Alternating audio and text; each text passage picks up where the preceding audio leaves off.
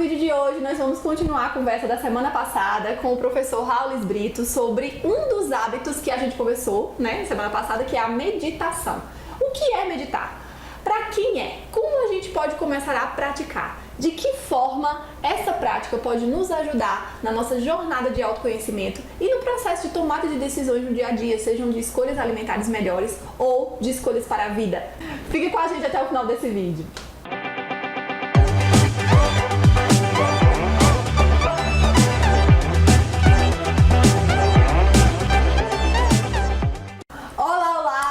Muito bem-vindo ao nosso canal. No vídeo de hoje a gente vai continuar a nossa conversa da semana passada com o professor de Educação Física, Raulis Brito. Ele também é nutricionista e massoterapeuta e um grande colega, amigo meu. E a gente vai continuar desenvolvendo a conversa, mas dessa vez aprofundando mais sobre um dos hábitos que nós falamos na semana passada, que é a meditação. Então, Raulis, continuando a nossa conversa, o que é meditar? Explica para o pessoal. Então, meditação. A palavra meditação, ela vem do latim, quer dizer meditare. Meditare quer dizer voltar-se para o centro, voltar-se para dentro. Desligar-se do meio externo e voltar sua atenção para um foco específico, no caso, para você mesmo. Não é? Então, existem inúmeros benefícios da meditação que a gente vai citar, como a gente lá na semana passada, né, a gente falou um pouco sobre um estudo que foi mencionado pelo pesquisador PhD Jon Kabat, né, em que ele, fazendo esse estudo pela Universidade de Massachusetts, ele percebeu que pessoas angustiadas, pessoas ansiosas, pessoas tensas, com a prática da meditação, utilizando essa técnica nesse estudo, percebeu que essas pessoas conseguiam administrar ocorrências de dor, de tensão, com mais propriedade, porque nem sempre você tem como controlar fatores externos, né? Mas há como você fazer um autocontrole através do seu mundo íntimo, do fator interno, para você lidar com essas adversidades, com essas ocorrências, com mais leveza, sem tanto estresse. Combinar isso, né? Muito bom. Raulis, ronda, né, um mito em torno do processo de meditação, que pessoas muito aceleradas, muito ansiosas, né, pessoas que se consideram muito ativas, com pensamento muito acelerado, não são para meditação, que a meditação não funciona para elas. Isso é verdade? Isso é um mito, né? Entre esses é um mito muito recorrente e para elas, aí sim, se você é uma pessoa que vive acelerado, correndo, aí sim que você deve procurar a meditação, né? Tem num dos livros do professor Augusto Cury, ele fala muito sobre essa questão da síndrome do pensamento acelerado. Então, cada vez mais as ocorrências têm acelerado no nosso dia a dia e você está sendo cobrado mais, você tem que metas para atingir e você precisa... que a gente vive num piloto automático. Exatamente. E a meditação ela vai entrar justamente aí, nesse processo, como que ajudando você a desacelerar. Porque essa ideia de, não, eu não consigo fazer, não. Então a meditação é para você. De trazer mais presença, mais consciência daquilo, da atividade que você está realizando. O caminho do equilíbrio, né? Exatamente. Algumas correntes religiosas até citam que o caminho do equilíbrio é o caminho do centro, é o caminho do meio. Nem ao céu, nem ao mar. É você estar centralizada em você mesmo. Além dessas, existem outros mitos também. Patrícia, em 2018, na edição da Veja, se não me falha a memória, no período de novembro, o título da Veja foi O Mundo dos Ansiosos. Índices de ansiedade, de depressão, têm gerado um problema de saúde pública, né? E a meditação está sendo essa ferramenta. Então, paralelo a tudo isso, a gente vê esses mitos. Outra questão muito crucial, que as pessoas associam meditação e até a yoga como uma religião. Outro mito, não é? Existe a religião, existe a religiosidade. A yoga é uma prática milenar que vai trabalhar a questão da sua respiração, a questão da meditação, a questão até da força também. Equilíbrio. Então, tudo isso está entrelaçado. Então, isso é um mito, né? Outra questão também que a gente percebe muito, que a gente vê até nossos alunos, eu não consigo parar de pensar, né? Eu vou meditar e vou ficar parando de pensar primeiro.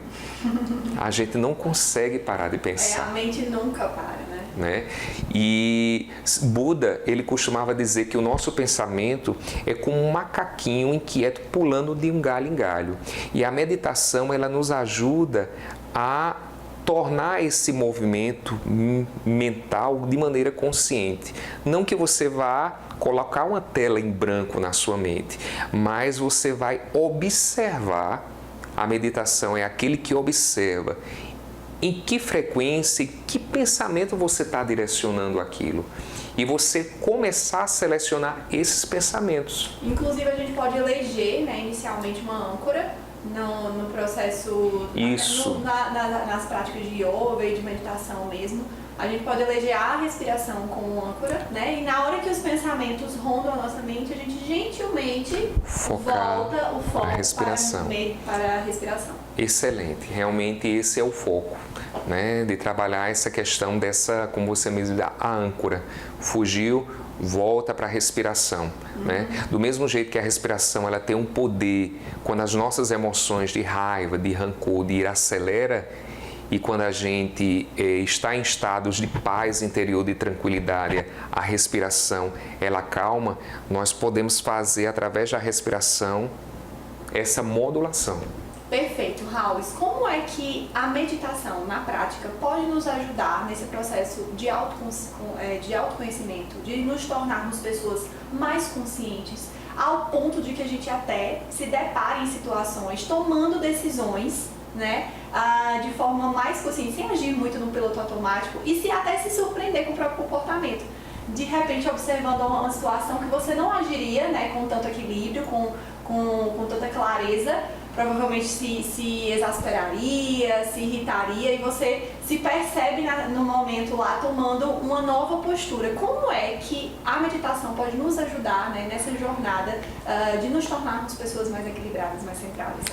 Bacana, muito pertinente essa tua colocação, Patrícia, porque uma pergunta que a gente pode fazer inicialmente a nós mesmos é que respostas você quer a nível de saúde, se é a curto ou a longo prazo. Porque hoje a gente vive numa vida tão corrida, né?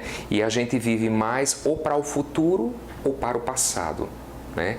E a gente esquece do presente. Então, como foi mencionado, até por você mesmo anteriormente, o primeiro passo pela respiração, quando você torna consciente, isso é uma coisa tão evidente que está acontecendo nos estudos, que na alimentação, vamos pegar um exemplo da alimentação, quando você está consciente do que você come, por que você come, já é um processo de meditação. Sim, eu falo muito isso, né, aqui na prática no consultório, de você conhecer a sua fome. Você sabe quando a sua fome está dando sinal? Você percebe como o seu corpo reage quando você está começando a ficar com fome? Ou você está tão desconectado disso que você só percebe que está com fome quando já está gritando, você já não é mais você que escolhe a comida que escolhe você. E também na questão da saciedade. Você sabe identificar quando o seu estado de conforto chegou? Ou você come tão desconectado da sua saciedade que você acaba sempre comendo a mais, sempre se sentindo cheio e percebendo que você poderia ter comido menos ou que você exagerou. Justamente, porque aí entra muito aquela questão da fome fisiológica e a fome psicológica, né? E quando você passa a tornar consciente esse movimento através da meditação, antes de fazer qualquer atitude, você pode até... Respira um pouco, peraí. Eu estou com fome mesmo ou eu estou ansiosa? Qual é a emoção que está por trás daquela minha fome? Isso trazendo para o aspecto da alimentação. Mas eu posso utilizar tudo isso em vários outros aspectos, né? Se muitas vezes, até numa forma, algo externo me agride e de repente eu na impulsividade eu quero rebater, porque nós terminamos sendo mais seres reativos do que propriamente seres que agem, né? Nós reagimos muito mais e às vezes a gente termina atropelando as coisas, dizendo coisas que não queria, depois se arrependendo. E a respiração, só esse ato simples, às vezes, de você tomar qualquer atitude e respirar fundo, já é um primeiro passo de você trazer à sua consciência aquilo que você quer fazer. Por isso que lá no início do blog a gente diz, antes de você tomar uma nova atitude, você precisa realmente, toda mudança começa no pensamento, né? Eu quero me dar uma nova versão, eu quero tentar fazer uma coisa diferente e eu me preparar psicologicamente, internamente para essa grande transformação, né? Sim, porque a gente tem toda a possibilidade de desenvolver, né, habilidades, para nos tornar pessoas melhores. Porque, afinal de contas, não somos uma árvore, né? Não nascemos num lugar e que temos que morrer nesse mesmo lugar. Nós podemos desenvolver habilidades para nos tornar pessoas cada vez melhores. Certo, Raul? Certíssimo. Muito obrigada, meu querido, por ter aceitado novamente meu convite. É sempre um prazer receber você aqui.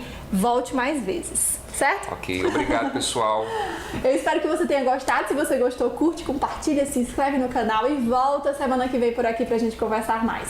Beijo, até lá. Tchau, tchau.